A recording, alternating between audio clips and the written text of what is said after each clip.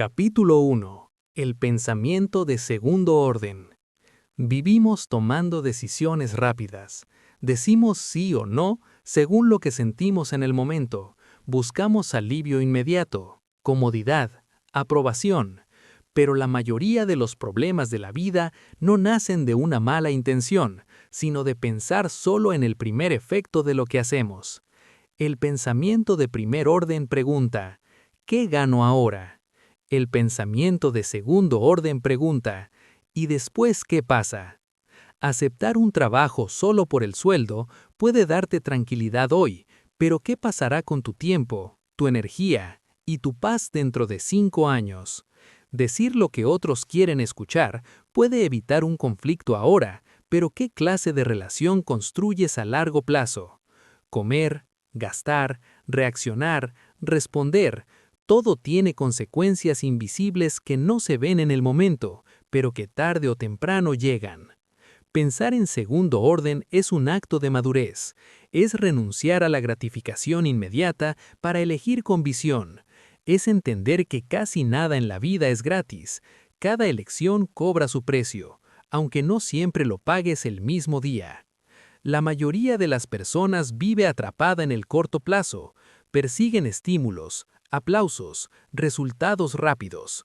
Por eso repiten errores, por eso se sienten cansadas, frustradas o vacías sin saber por qué. No es mala suerte, es falta de perspectiva. Cuando empiezas a pensar en segundo orden, tu vida cambia de ritmo. Tomas menos decisiones impulsivas, dices más no, te vuelves selectivo. Empiezas a construir en lugar de reaccionar. No eliges lo que se siente bien ahora, sino lo que tendrá sentido después. Este tipo de pensamiento no te hace frío ni distante, te hace libre, porque ya no eres esclavo del momento, eres dueño de tu rumbo.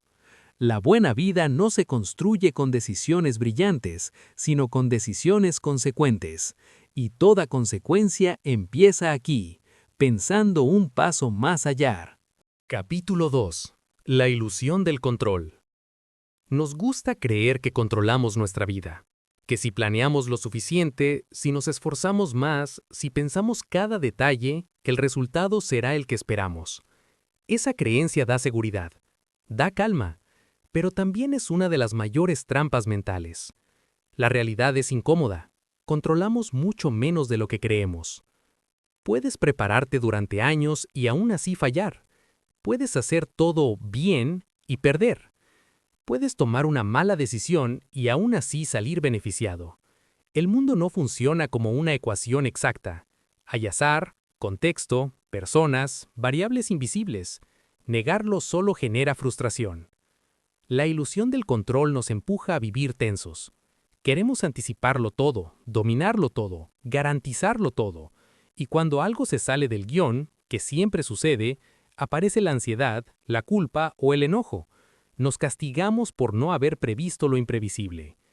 Entender que no todo depende de ti no es rendirse, es liberarse.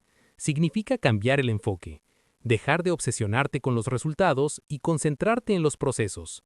Elegir bien, actuar con criterio, hacer lo que está en tus manos y soltar el resto. Las personas más serenas no son las que controlan más, sino las que aceptan mejor la incertidumbre. Saben que la vida no es un tablero fijo, sino un terreno cambiante. Por eso no reaccionan con pánico cuando algo falla. Ajustan, aprenden, continúan.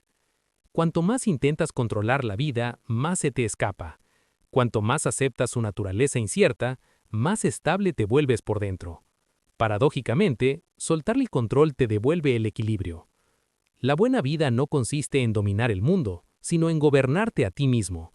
Y eso empieza cuando dejas de pelear con lo que no puedes controlar y usas tu energía en lo único que sí, tus decisiones, tu actitud y tu forma de responder. Capítulo 3. La trampa del costo hundido. Una de las decisiones más difíciles en la vida no es empezar algo, sino saber cuándo soltarlo.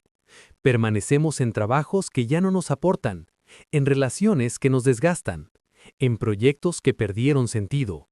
¿La razón? Todo lo que ya hemos invertido: tiempo, esfuerzo, dinero, energía emocional. Ese es el costo hundido, algo que ya pagaste y que no puedes recuperar, pero que tu mente se niega a aceptar. El error aparece cuando usamos el pasado como justificación para seguir avanzando hacia un futuro que no queremos. Pensamos, ya invertí demasiado para dejarlo ahora. Pero la realidad es brutalmente simple. Lo que ya pasó no debería decidir lo que viene. La vida no te devuelve el tiempo por insistir. No te premia por aguantar. No te recompensa por seguir perdiendo solo para no aceptar una pérdida previa. Al contrario, cuanto más tiempo permaneces en una mala decisión, más caro se vuelve el precio. Las personas que viven bien saben cerrar ciclos. Entienden que abandonar no siempre es fracasar. A veces es el acto más inteligente y valiente que existe. No se preguntan cuánto han invertido, sino qué les espera si continúan. Soltar no borra lo vivido, no invalida el esfuerzo, solo evita que un error pasado controle tu futuro. La verdadera pérdida no es lo que ya diste, sino lo que sigues entregando a algo que ya no funciona. La trampa del costo hundido nos enseña una lección esencial. El pasado es un dato, no una sentencia. Aprender a retirarte a tiempo es una forma profunda de sabiduría, porque la buena vida no se construye insistiendo en lo que fue, sino eligiendo con lucidez lo que aún puede ser. Capítulo 4. El sesgo de confirmación. No buscamos la verdad, buscamos tener razón. Esa es una de las trampas más silenciosas de la mente humana. El sesgo de confirmación es la tendencia a aceptar solo la información que refuerza lo que ya creemos y a ignorar todo lo que lo contradice. Leemos, escuchamos y recordamos selectivamente, no para entender mejor el mundo, sino para proteger nuestra identidad y nuestro ego. Cuando alguien piensa distinto, no lo analizamos, lo descalificamos. Cuando un dato incomoda, lo minimizamos. Cuando una idea amenaza nuestra visión, la atacamos. Así, poco a poco, construimos una realidad a nuestra medida, pero cada vez más lejos de la verdad. Este sesgo no solo afecta opiniones políticas o creencias abstractas, se cuela en la vida diaria. Nos hace justificar malas decisiones, repetir errores y mantenernos atrapados en historias que ya no funcionan. Nos impide aprender, porque aprender exige aceptar que estábamos equivocados. Las personas más lúcidas no son las que siempre tienen razón, sino las que están dispuestas a cambiar de opinión. Escuchan lo incómodo, consideran lo opuesto, se preguntan, ¿y si no estoy viendo todo? Pensar bien requiere valentía. La valentía de exponerte a ideas que no te gustan, de aceptar que tu percepción puede ser incompleta, de permitir que la realidad te corrija. Si solo consumes información que confirma lo que ya piensas, no estás creciendo, estás encerrándote. La buena vida exige una mente abierta, flexible, dispuesta a revisar sus creencias sin miedo. Buscar la verdad duele más que tener razón, pero libera, porque solo quien se atreve a cuestionarse puede vivir con mayor claridad, menos autoengaño y una libertad interior real. Capítulo 5. La comparación social. Pocas cosas roban tanta paz como compararse. No importa cuánto logres, siempre habrá alguien con más dinero, más éxito, más reconocimiento. Y mientras midas tu vida con la regla de otros, la satisfacción será imposible. La comparación social no surge del deseo de mejorar, sino del miedo a no ser suficiente. Observamos la vida ajena, casi siempre editada, exagerada o incompleta, y la usamos como referencia para juzgar la nuestra. El resultado es predecible: frustración, envidia silenciosa y una sensación constante de estar llegando tarde. El problema no es aspirar a más, el problema es medirte con parámetros que no elegiste. Cuando comparas, pierdes el control de tus propios criterios. Ya no decides qué es una buena vida para ti, lo decides en función de lo que ves afuera. Incluso cuando ganas en la comparación, el alivio dura poco. Siempre aparece alguien más arriba. La carrera nunca termina. Y una vida vivida en competencia permanente se vuelve tensa, ansiosa y vacía. Las personas verdaderamente serenas no viven comparándose, se comparan consigo mismas. Observan su progreso, su coherencia, su tranquilidad interior. No buscan destacar, buscan estar en paz. La buena vida no se mide en rankings, se mide en equilibrio, sentido y congruencia. Cuando dejas de mirar tanto a los lados y empiezas a mirar hacia adentro, recuperas algo invaluable, tu propio ritmo. Compararte es regalarle tu felicidad a factores que no controlas. Elegir tu camino, con tus valores y tus tiempos, es una forma silenciosa pero poderosa de libertad. Capítulo 6. El error de supervivencia. Miramos el éxito y creemos entenderlo. Vemos a quienes lograron algo grande y pensamos que conocemos la fórmula. Imitamos hábitos, copiamos rutinas, repetimos frases, pero casi nunca vemos a los que hicieron lo mismo y fracasaron. Ese es el error de supervivencia. Solo observamos a los que sobrevivieron al proceso y sacamos conclusiones incompletas. Ignoramos a la enorme mayoría que siguió el mismo camino y no llegó, no porque fueran peores, sino porque la vida también está hecha de azar, contexto y circunstancias que no aparecen en las historias de éxito. Por eso los consejos suelen engañar. Haz esto y lo lograrás, suena bien, pero es una simplificación peligrosa. No todo éxito es replicable, no todo fracaso es culpa de quien lo vive, y no toda historia inspiradora contiene una verdad universal. Este error distorsiona nuestras expectativas, nos hace creer que el mundo es justo, que el esfuerzo siempre paga, que el talento garantiza resultados. Cuando la realidad no cumple esa promesa, aparece la frustración, la culpa o el autoengaño. Las personas sabias miran más allá del escaparate, no solo estudian a los ganadores, también consideran a los invisibles. Entienden que el éxito no siempre es señal de mérito, ni el fracaso una prueba de incapacidad. La buena vida no consiste en perseguir modelos ajenos, sino en construir una ruta propia, consciente de los riesgos y sin fantasías irreales. Aceptar que no todo depende de ti no te debilita, te vuelve más lúcido. Cuando dejas de idealizar el éxito, te liberas de comparaciones falsas y expectativas imposibles, y en ese espacio aparece algo mucho más valioso, criterio propio para decidir cómo quieres vivir. Capítulo 7. La falacia del esfuerzo. Por Rolf Dobelli. Nos enseñaron a creer que cuanto más cuesta algo, más vale, que el sacrificio garantiza calidad, que si duele, entonces es correcto. Pero esta idea tan arraigada es una de las más engañosas. La falacia del esfuerzo nos hace confundir dificultad con valor. Invertir tiempo, sudor y energía no convierte automáticamente una decisión en buena. Hay caminos que son arduos y aún así equivocan el rumbo. Hay esfuerzos heroicos aplicados a objetivos mal planteados. Y hay personas que se agotan no porque estén creciendo, sino porque insisten donde no hay retorno. Este sesgo explica por qué defendemos proyectos que no funcionan, solo porque nos han costado mucho. ¿Por qué admiramos el sacrificio incluso cuando no produce resultados? ¿Y por qué a veces rechazamos soluciones simples por parecer demasiado fáciles? El esfuerzo es necesario, sí, pero no es un criterio suficiente. Lo inteligente no es trabajar más, sino trabajar mejor. Elegir batallas que valgan la pena. Preguntarte no solo cuánto estás dispuesto a dar, sino para qué.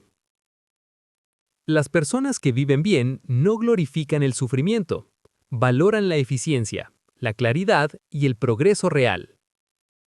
Saben que hay aprendizajes que llegan con disciplina, pero también saben retirarse cuando el costo supera el beneficio.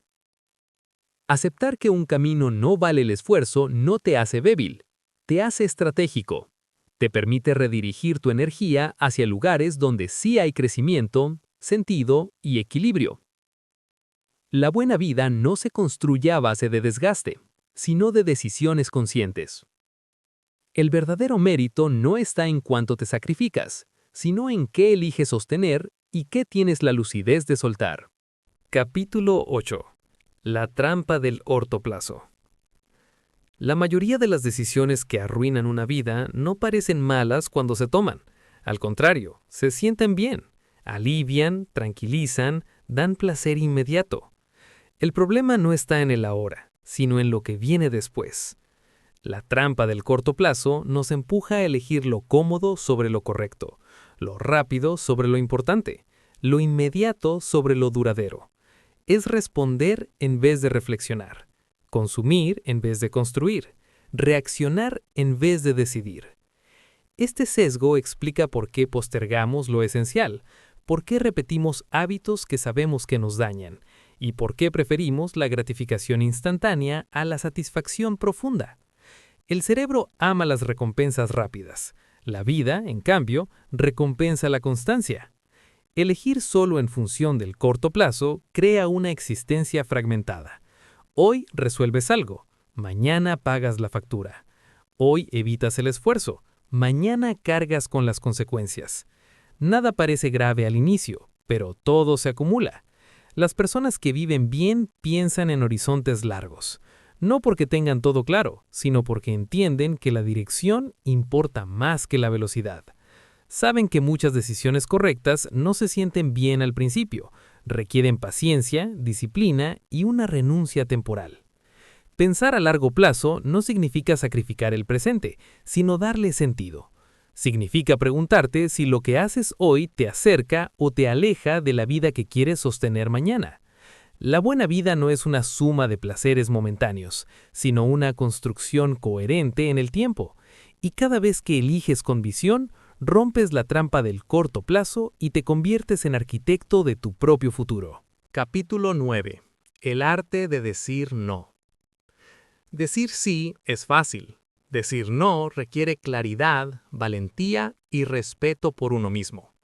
Sin embargo, la mayoría de las personas vive atrapada en compromisos que no eligió conscientemente, solo por evitar incomodar o decepcionar a otros. Cada vez que dices sí a algo que no quieres, estás diciendo no a tu tiempo, a tu energía y a tus prioridades. El problema es que ese costo no se ve de inmediato, se acumula, se manifiesta como cansancio, irritación y una sensación persistente de estar viviendo la vida de otros. El arte de decir no tiene que ver con egoísmo, sino con criterio. Significa reconocer que tu atención es limitada y que no todo merece un lugar en tu agenda ni en tu mente. Aceptar todo no te hace mejor persona, te hace una persona dispersa. Las personas que viven bien no buscan agradar a todos, eligen con cuidado a qué y a quién decirle sí. Saben que cada compromiso es un intercambio y que proteger su enfoque es una forma de respeto propio. Decir no también es una manera de ser honesto. Evita falsas promesas, resentimientos silenciosos y relaciones desequilibradas. Un no claro hoy es mejor que un sí forzado que mañana se convierta en frustración. Aprender a decir no es recuperar el control de tu vida sin necesidad de explicaciones interminables. No necesitas justificar cada límite. Tu tiempo no es negociable y tu paz tampoco. La buena vida no se construye acumulando obligaciones, sino eligiendo con conciencia dónde pones tu presencia. Y a veces, el acto más poderoso de libertad empieza con una palabra simple, firme y tranquila. No. Capítulo 10. La sabiduría de la renuncia. Renunciar tiene mala fama. Lo confundimos con fracasar, con rendirse, con perder. Pero en realidad, renunciar es una de las formas más altas de inteligencia, porque no todo lo que puedes hacer merece ser hecho, y no todo lo que empezaste merece ser terminado. Vivimos rodeados de opciones, caminos y promesas. Creemos que tener más es mejor. Más proyectos, más planes, más metas. Pero esa acumulación constante dispersa la energía y diluye el sentido. La claridad no nace de sumar, sino de saber qué dejar fuera. La sabiduría de la renuncia consiste en elegir con lucidez, en entender que cada sí implica muchos no invisibles, que cada camino elegido descarta otros y que insistir en todo es la forma más segura de no avanzar en nada. Renunciar no borra lo aprendido, no invalida el esfuerzo, solo reconoce una verdad simple: ya no es el camino correcto. A veces cambias tú, A veces cambian las circunstancias, y aferrarte a decisiones pasadas por orgullo o miedo solo prolonga el desgaste. Las personas que viven bien saben soltar, no por debilidad, sino por enfoque. Se desprenden de lo innecesario para proteger lo esencial. No persiguen todas las oportunidades, eligen las que están alineadas con su vida. Renunciar a tiempo libera espacio mental, emocional y vital. Permite respirar, permite ver con claridad, permite avanzar con menos peso. La buena vida no es una carrera por abarcarlo todo, es un arte fino de selección, y a veces el acto más sabio no es insistir un poco más, sino tener el coraje de cerrar una puerta para caminar con ligereza hacia la siguiente. Recuerda, cada libro es una semilla. Suscríbete y sigamos creciendo juntos, libro a libro, en Susurros de Libros.